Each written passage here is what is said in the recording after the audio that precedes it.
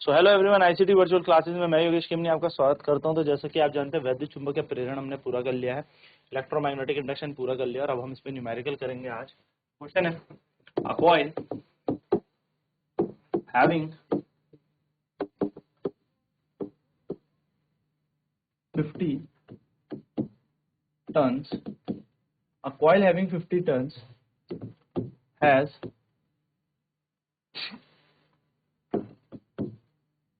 Magnetic flux of 20 Weber. The flux becomes 50 Weber in time 0.5 second. Find the EMF induced in the coil. क्या कह रहा है? एक कुंडली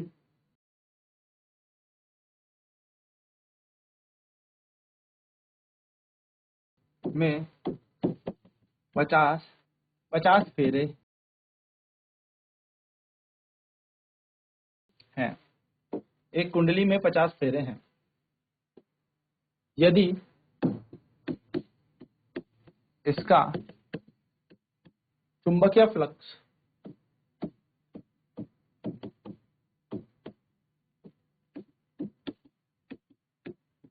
यदि इसका चुंबकीय फ्लक्स 20 वेबर है और 0.5 सेकेंड में यह चुंबकीय फ्लक्स 50 वेबर हो जाता है, तो कुंडली में उत्पन्न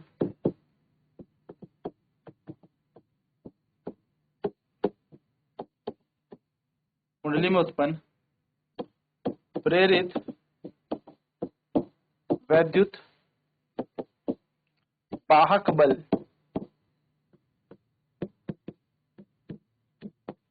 ज्ञात करें। चलिए फटाफट से सॉल्व करेंगे इस क्वेश्चन को। क्या कह रहा है? कुंडली जिसमें 50 फेरे हैं, है ना, फेरों की संख्या में यहाँ पे दे रखी, नंबर ऑफ टर्न्स हमें यहाँ पे दे रखे हैं।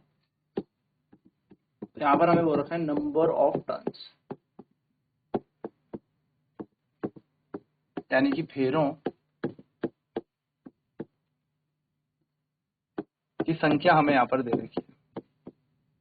फेरों की संख्या को मैन मान लेते हैं, नंबर ऑफ टर्न्स तो कितने दे रखे हैं हमें नंबर ऑफ टर्न्स? यहाँ पर हमें 50 दे रखे हैं नंबर ऑफ टर्न्स, है ना। 50 यहाँ पर क्या है? नंबर ऑफ टर्न्स है। 50 फेरों की यहाँ पर संख्या है। फिर हमें दे रखा है मैग्नेटिक फ्लक्स दे रखा है हमें, या हम कह सकते हैं इनिशियल मैग्नेटिक फ्लक्स दे रखा है हमें।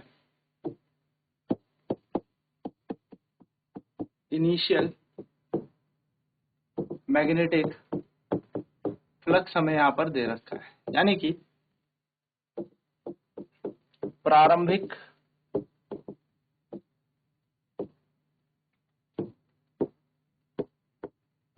चुंबकीय फ्लक्स हमें दे रखा है। प्रारंभिक चुंबकीय फ्लक्स हमें कितना दे रखा है? फाई वन का मान कितना दे रखा है हमें? यहाँ पर 20 वेबर दे रखा है। फिर हमें फाइनल मैग्नेटिक फ्लक्स दे रखा है। फाइनल यानी कि अंतिम चुंबकीय फ्लक्स दे रखा है हमें। अंतिम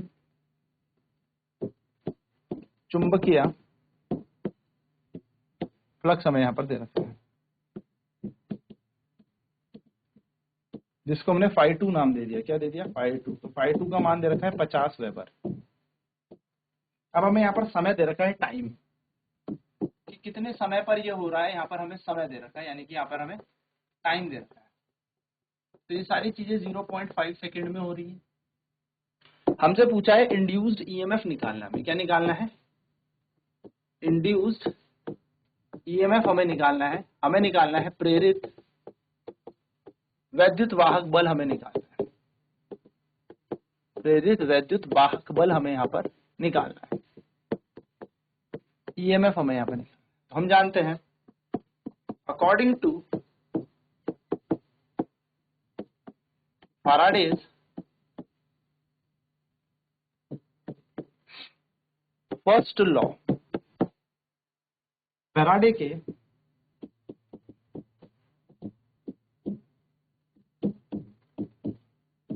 प्रथम नियम अनुसार, फैराडे के प्रथम नियम अनुसार है ना, पहला नियम क्या है फैराडे का, तो कहता है कि ईएमएफ जो है वो minus N delta phi upon delta T के समान है, यानी कि प्रेरित वैद्युत वाहक बल minus N delta phi by delta T के बराबर है। अब माइनस तो ऐसे रखेंगे, एन को ऐसे रखेंगे, क्या हम डेल्टा फाई को phi two minus phi one बोलते हैं? हाँ बिल्कुल बोलते हैं। और कितने समय पर? डेल्टा टी समय पर हो रहा है। ई ऐसी रखो, कितने फेरे हैं? 50 यहाँ पर फेरों की संख्या है, 50 यहाँ पर क्या है? फेरों की संख्या, यानी कि यहाँ पर 50 फेरों की संख्या है, ठीक है। फाई टू कितना हो जाएगा? 50 माइनस 20 और कितने समय पे हो जाएगा? 0.5 सेकेंड के अंदर। तो यहाँ पर ईएमएफ जो बन जाएगा वो बन जाएगा माइनस का 50, और यहाँ पर देखो कितना आएगा? 50 में से 20 गए 30, होल डिवाइडेड बाय 0.5। पॉइंट हटाएंगे, एक 10 ऊपर लगा देंगे, और 5 से ये 50 10 गुना कट जाएगा, तो ईएमएफ का मान आ जाएगा माइनस का 3000 वोल्ट। यह हमारा प्रेरित वैद्युत वाहक बल बन जाएगा, यानी कि हमारा क्या आ गया? इंड्यूस्ड ईएमएफ आ गया माइनस 3000 वोल्ट। ठीक है, चलिए फटाफट से नोट करेंगे एंड देन बढ़ते हैं अगले प्रश्न की तरफ। तो हमें इस क्वेश्चन में क्या दिया था? फेरों की संख्या दे रखी थी, नंबर ऑफ टर्न्स हमें दे रखे थे 50, हमें इनिशियल मैग्नेटिक फ्लक्स, प्रारंभिक चुंबकीय फ्लक्स φ1 का मान दे रखा है 20 वेबर, फाइनल मैग्नेटिक फ्लक्स, अंतिम चुंबकीय फ्लक्स का मान दे रखा है φ2 बराबर 50 वेबर। ठीक है, ये हमें यहाँ पर दे रखा था।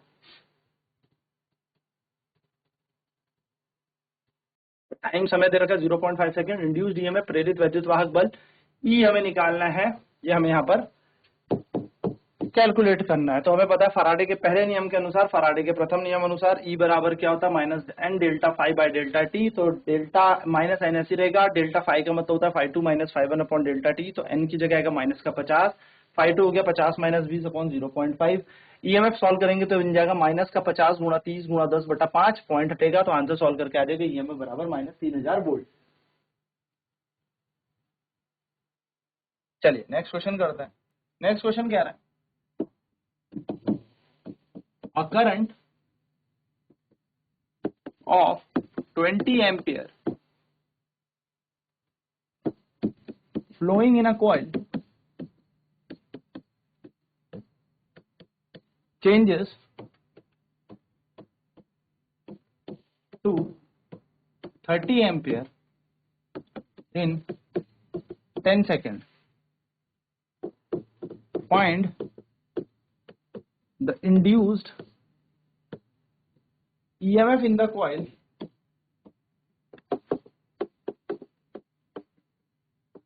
find the induced EMF in the coil when the coefficient of mutual induction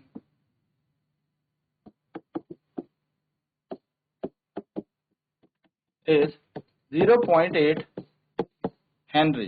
question क्या कह रहा है? एक 20 एम्पियर की धारा किसी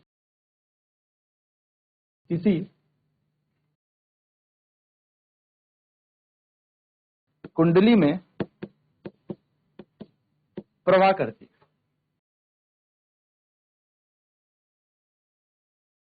यह धारा 10 सेकंड में 30 एम्पियर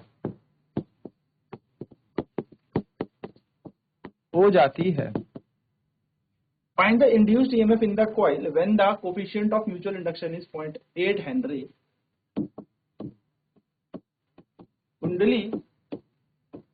कुंडली में प्रेरित वैद्युत वाहक बल ज्ञात करें यदि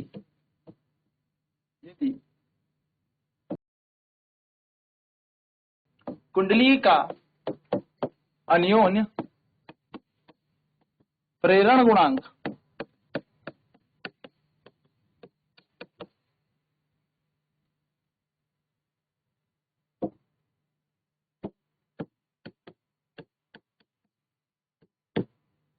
0.8 हेनरी है। देखिए, सबसे पहले आपको इस क्वेश्चन में दिया क्या है, तो आपको इस क्वेश्चन में दे रखा है करंट, यानी कि इनिशियल करंट आपको यहां पर दे रखा है, यानी कि आपको दे रखी है प्रारंभिक धारा I1 आपको दे रखी है, प्रारंभिक धारा आपको यहां पर दे रखी है। तो प्रारंभिक धारा आपके पास कितनी फ्लो कर रही है, यहाँ पे जो करंट फ्लो कर रहा है आपके पास 20 एम्पियर का करंट फ्लो कर रहा है, 20 एम्पियर। फिर आपको यहाँ पर फाइनल करंट दे रखा है, क्या दे रखा है, फाइनल करंट, यानी कि आपको अंतिम धारा भी यहाँ पर दे रखी है कि कुछ समय बाद यहाँ पर जो है धारा बदल जाती है I2। अंतिम धारा आपको यहाँ पर दे रखी है, तो अंतिम धारा कितनी दे रखी है आपको, 30 एम्पियर दे रखी है। यहाँ पर आपको क्या दे रखा है, टाइम, कितने समय पर ये धारा परिवर्तित हो रही है, 10 सेकंड में ये धारा परिवर्तित हो रही है ना। 20 एम्पियर का करंट था, 30 एम्पियर हो जाता है 10 सेकंड में। और हमें यहाँ पर अन्योन्य प्रेरण का गुणांक, यानी कि हमें कोफिशिएंट ऑफ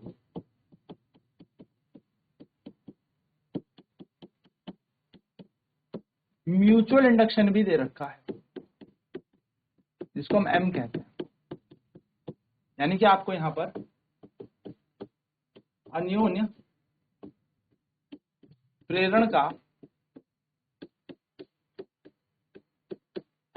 गुणांक भी दे रखा है, जिसको M बोल दिया आपने, और M आपको दे रखा है 0.8 हेनरी। कितना दिया है, 0.8 हेनरी आपको दिया, ठीक है। अब आपसे क्या पूछा है यहाँ पर, आपसे पूछा है यहाँ पर कितना EMF, यानी कि प्रेरित वैद्युत वाहक बल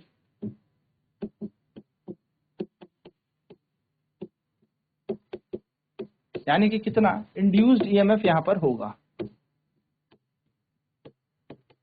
ये आपसे पूछा है इस क्वेश्चन में, इंड्यूस्ड EMF पूछा। तो हमें पता है according to the relation between coefficient of mutual induction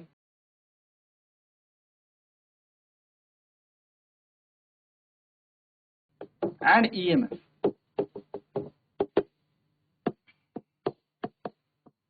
प्रेरित वैद्युत वाहक बल और प्रेरित वैद्युत वाहक बल और अन्योन्य प्रेरण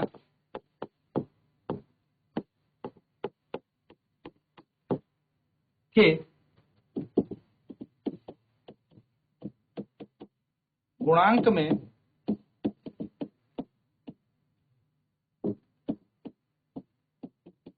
संबंध द्वारा हमें पता है EMF बराबर, यानी कि E बराबर आ जाएगा -M डेल्टा I अपॉन में डेल्टा T। ये हमारा क्या बन जाएगा, EMF बन जाएगा।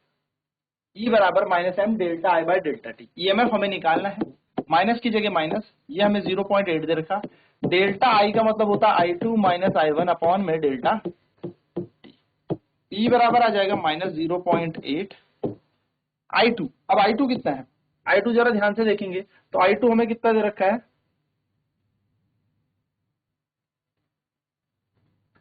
30 माइनस 20 यहां पर बन जाएगा, तो 30 माइनस 20 यहां पर बन जाएगा, 30 माइनस 20, और डेल्टा T कितना है हमें, 10 सेकंड में ये सारा कार्य हो रहा है। तो E बराबर हो जाएगा माइनस का 0.8 यहाँ पर आ जाएगा 10 बटे का 10, 10 से 10 कट गया, तो प्रेरित वैद्युत वाहक बल हो जाएगा इतना वोल्ट, यानी कि माइनस का 0.8। अब माइनस साइन आपको पता है विपरीत प्रवाह करता है, यानी कि इंड्यूस्ड ईएमएफ हमेशा जो भी कॉज उसको प्रोड्यूस करता है उसके अपोजिट ही फ्लो करता है, यानी कि प्रेरित वैद्युत वाहक बल जो भी कारण उसे उत्पन्न करता है उसके विपरीत ही प्रवाह करता है। तो इसलिए यहाँ पर आ जाएगा माइनस का 0.8 वोल्ट हमारा यहाँ पर बन जाएगा। तो ये हमारे पास सिंपल सा क्वेश्चन था जहां पर हमें एक रिलेशन लगाना था m delta I by delta T, यानी कि ईएमएफ बराबर m delta by delta T. ये सिंपल एक तरीका था जिसमें हमें इनिशियल करंट यानी कि प्रारंभिक धारा 20 एम्पियर दे रखी थी, फाइनल करंट अंतिम धारा हमें 30 एम्पियर यहाँ पर दे रखी है। समय में जितने समय पर यह धारा परिवर्तित हो रही है 10 सेकंड में हो रही है। कोफिशिएंट ऑफ म्यूचुअल इंडक्शन पूछा m, यानी कि अन्योन्य प्रेरण का गुणांक हमें दे रखा है 0.8 हेनरी। तो प्रेरित वैद्युत वाहक बल इंड्यूस्ड ईएमएफ हमसे यहाँ पर आस्क्ड है, पूछा हुआ है। तो हम according to the relation between coefficient of mutual induction and EMF, यानी कि प्रेरित वैद्युत वाहक बल और अन्योन्य प्रेरण के गुणांक के संबंध द्वारा हमें यह पता है कि यहाँ पर ईएमएफ बराबर हो जाता है minus M delta I upon delta T. तो ई बराबर 0.8 हेनरी आ गया, I2 माइनस I1 अपॉन डेल्टा टी। तो ईएमएफ बन जाएगा 0.8 इंटू 30 माइनस 20 अपॉन 10, जिसको सॉल्व करके आ जाएगा माइनस का 0.8 वोल्ट। ये हमारे यहाँ पर उत्तर बन जाएगा। तो चलिए फटाफट नोट करते हैं, फिर बढ़ते हैं आगे।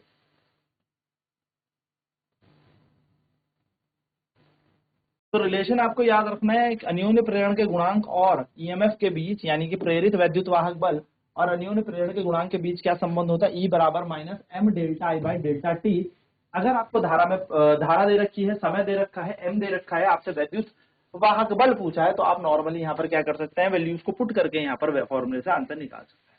तो इस तरीके के क्वेश्चन आपको करना, यही बेसिक तरीका फैराडेज लॉ पर न्यूमेरिकल के। नेक्स्ट क्लास में अब हम बात करेंगे इस पे और प्रश्न की, उसके बाद हम नया चैप्टर शुरू करेंगे विच इज ऑल्टरनेटिंग करंट, प्रत्यावर्ती धारा। तो आज की क्लास में इतना ही। आईसीटी वर्चुअल क्लासेस में जुड़ने के लिए धन्यवाद। आपका दिन शुभ।